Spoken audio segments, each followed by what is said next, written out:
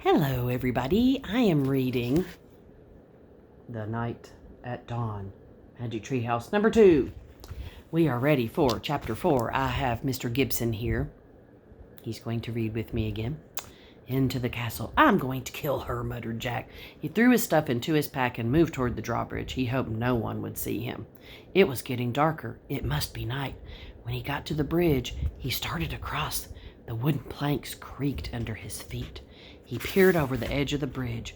Were there any crocodiles in the moat? He couldn't tell. Halt! Someone shouted. A guard on top of the castle wall was looking down. Jack dashed across the bridge. He ran through the castle gate and into the courtyard. From inside the castle came the sounds of music, shouting, and laughter. Jack hurried to a dark corner and crouched down. He shivered as he looked around for Annie. Torches lit the high wall around the courtyard. The courtyard was nearly empty. 2 boys led horses that clopped over the gray cobblestones. Nee!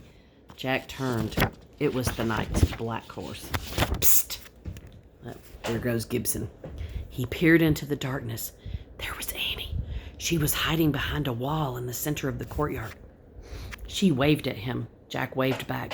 He waited till the boys and horses disappeared inside the stable. Then he dashed to the well. I'm going to find the music, whispered Annie. Are you coming? Okay, Jack said with a sigh. They tiptoed together across the cobblestones. Then they slipped into the entrance of the castle. Noise and music came from a bright room in front of them.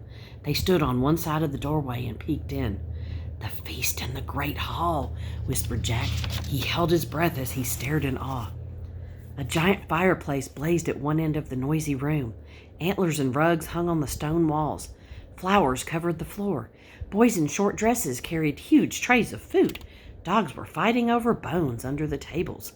People in bright clothes and funny hats strolled among the crowd.